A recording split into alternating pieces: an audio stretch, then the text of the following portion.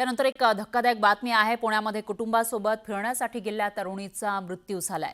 मृत तरुणी ही zip lining करण्यासाठी गेली होती, त्यावेळेला तिचा मृत्यू झाला। नेमकी ही घटना कशी घडली आणि पोलिसांनी काय कारवाई केली आहे बघूयात या रिपोर्टमधून। झिप लाइनिंग करताय, सावधान। झिप लाइनिंग ठरली डेथ लाइन। झिप लाइनिंग दरम्यान तरुणीचा मृत्यू।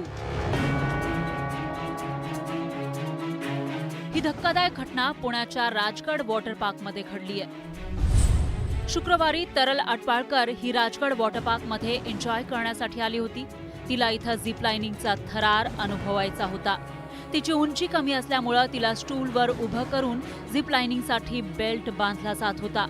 मात्र बेल्ट बांधण्यापूर्वी स्टूल हल्ल्यानं तिचा तोल केला आणि तरल 30 फुटावरून खाली पडली। त्यामध्ये तिचा मृत्यू झाला। आम्ही त्यामध्ये गुन्हा नोंदवलेला आहे।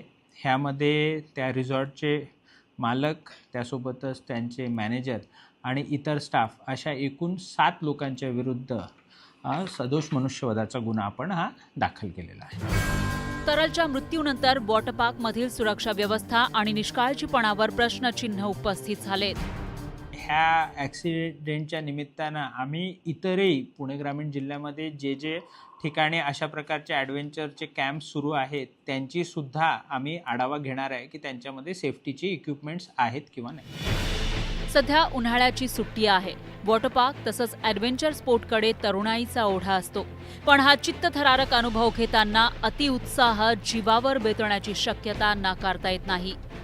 आता तरलच्या मृत्यू प्रकरणी पोलिसांकडून 7 जणांवर गुन्हा दाखल करण्यात आलाय।